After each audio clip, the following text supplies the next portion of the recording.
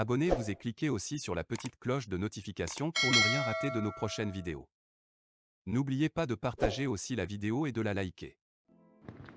Cher aîné, illustre fils de notre pays, patriote, défenseur des droits humains, tu étais aussi le père de la démocratie togolaise. Ta disparition plonge la cité dans le deuil. La nation est orpheline de ta sagesse et de ton expertise qui auraient pu être utiles au Togo en ce temps de crise multiforme sans lendemain. Oui, Maître Yaoui Abouibo, tu as marqué ta génération et la démocratie togolaise. Comme un visionnaire et un prophète souvent incompris, tu étais en avance sur ton temps.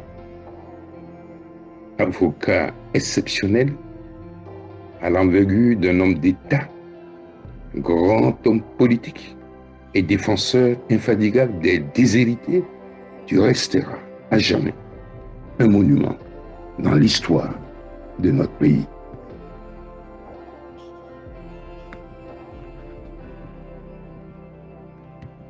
Tu contribuas de manière décisive à l'ouverture de notre pays au multipartisme dès 1990, après avoir pris une part décisive à la création de la Commission nationale des droits de l'homme, CNDH, une première dans cette Afrique des années 80, peu soucieuse du respect des droits humains.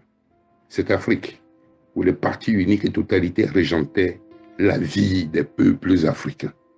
Tu créas, au lendemain du 5 octobre 1990, une association loi 1901, le Comité d'action contre le tribalisme et le régionalisme, le CATR, pour contribuer à remédier à ce virus qui rongeait la société togolaise.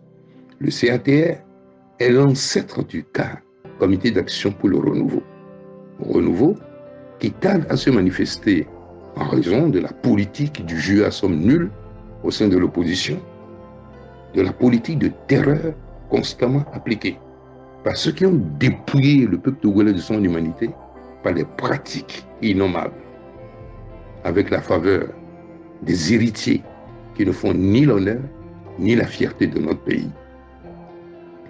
15 années plus tard, après la mort du général Yadema et la succession dynastique qui s'en est suivie, avec une catastrophe humanitaire, c'est encore toi qui t'es retrouvé leader d'une commission qui apprécie une ordonnance destinée à éradiquer le virus avec ses différents variants qui déshéritent le peuple togolais, malmènent la cohésion nationale et le vouloir vivre ensemble. La persistance de ce mal au Togo, jusqu'à ce jour, a conduit au lendemain du scrutin du 22 février 2020 un éminent professeur d'université et homme politique togolais a déclaré qu'il a honte pour le Togo. Tant que la violence, l'injustice et le mensonge d'État prévaudront, il n'y aura aucun avenir pour notre beau pays. Dans la crise politique actuelle, Maître Abouibo, tu fus le premier à s'interroger sur le caractère ultra rapide de la publication des résultats provisoires par la CENI. À ton initiative, ton parti s'est démarqué de la forfaiture électorale et les violations des droits des victimes. L'état-major de ton parti est resté constant dans ses positions et a eu moult concertations avec la DMK pour une sortie heureuse de crise, une posture que les populations ont grandement appréciée, malgré nos différends qui s'exprimaient dans le cadre de la confrontation entre les conservateurs et les acteurs du renouveau, et à la faveur de ma conversion politique, nous nous sommes rapprochés et nous nous sommes pardonnés en retenant que seuls doivent compter les intérêts supérieurs du peuple togolais. Cher aîné, cher maître, tu n'auras pas vu s'achever ton combat pour un Togo démocratique. Mais comme l'écrivait Lord Conan en 1919, je cite, « Il n'importe pas qu'il soit large le sillon que nous devons tracer. pourvu que nous l'arrosions de nos sueurs, quelquefois de nos larmes, et même de notre sang, si le devoir l'exige. Le courage, la résilience et le sens du sacrifice, auquel exhortent ces propos forts, sont les valeurs que tu nous auras laissées en héritage. Je te suis reconnaissant pour ton combat pour notre peuple, mais aussi pour ton intervention dans ma vie personnelle. Je me souviens en effet qu'en 1975, alors que je venais d'être lauréat de ma série au bac, tu as contribué à ce que je puisse bénéficier d'une bourse d'études à l'Université du Bénin.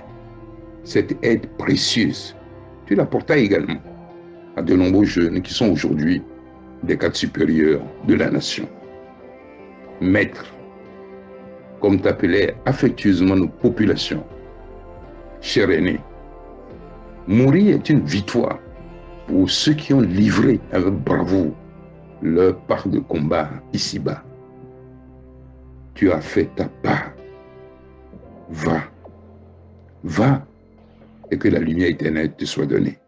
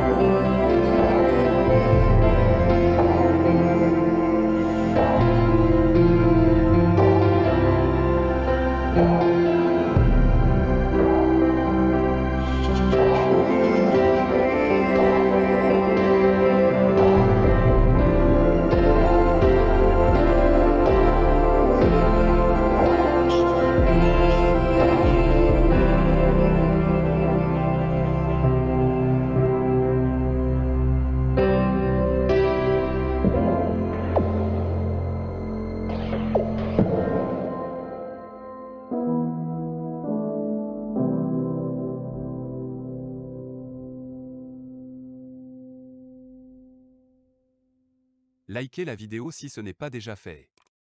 Laissez aussi votre point de vue en commentaire.